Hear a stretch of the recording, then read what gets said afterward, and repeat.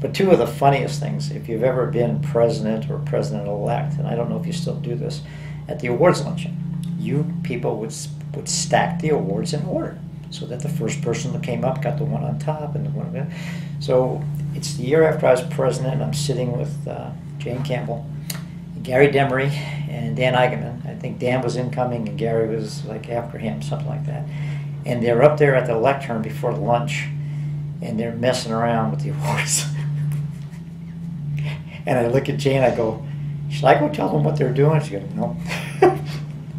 So when people came up for their awards, they didn't have them. They had to dig through everything and look at the awards.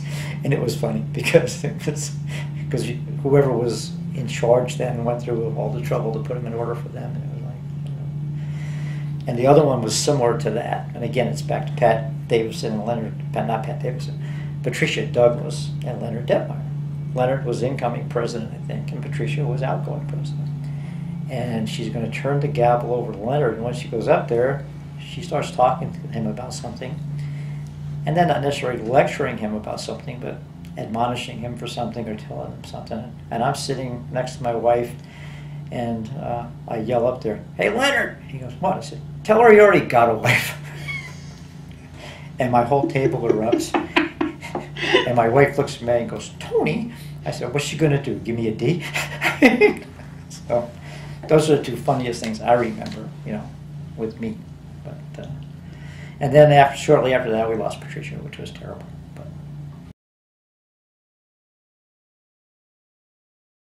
the thing that changed is, back in 1978, I think, is when we got SARS-1. And SARS-1 was compilation and review, and it worked into audits. And just the intricacies and the complications of what you do now with financial statements and audits and the restrictions we have. And then Enron came along and everything that came along with that. From that standpoint, that's a big change in the profession because it's made audits, I won't say more difficult, but there's a lot more we have to do. We probably do as much before we go out there as we do while we're there. With all the preliminary stuff we have to do.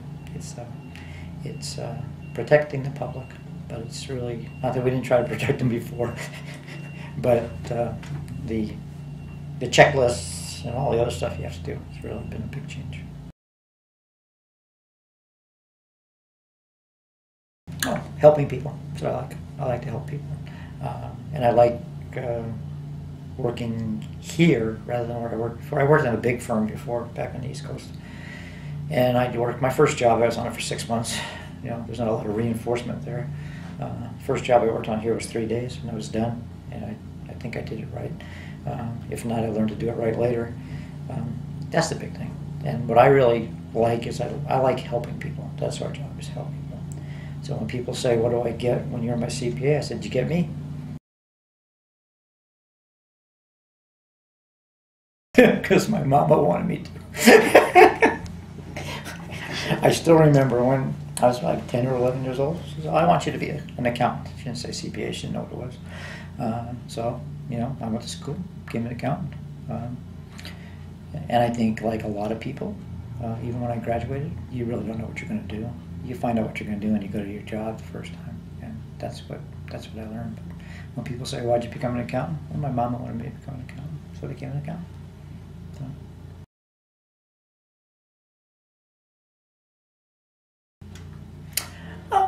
We're still sort of small, local,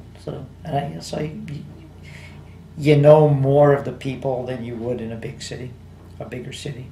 You still have friends. There's a limit on how many people you can know, but yeah, you can go to a convention or to a meeting, and that one I just went to, I knew half the people there. Some of the people didn't know because there's new people, but I knew half the people there. You go to a convention, you know half the people there. I don't, if you belong to a big. You're in a big state, that's not going to happen.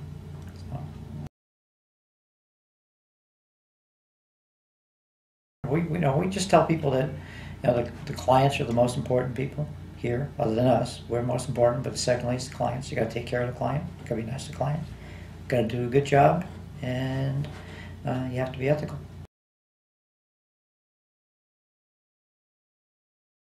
is women.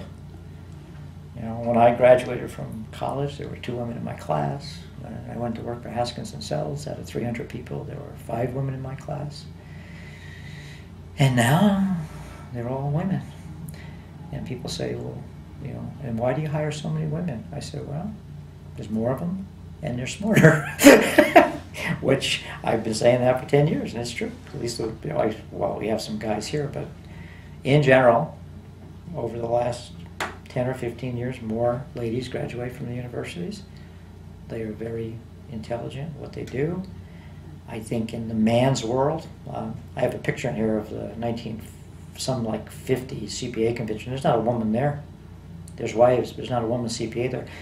I don't want to age people, but maybe Ann Kindred, maybe Mary Craig, and there was a lady before both of them. I can't remember the first lady I talked to here, but there's all men. Now, women, and pretty soon, you know, the pictures up on the wall are going to be women. So that's the big change I see. And I'm sorry, guys, but they are smarter. Tell Marilyn Bartlett that I was okay. I didn't say anything about her that was bad. I was going to say, women, they're smarter, except for Marilyn.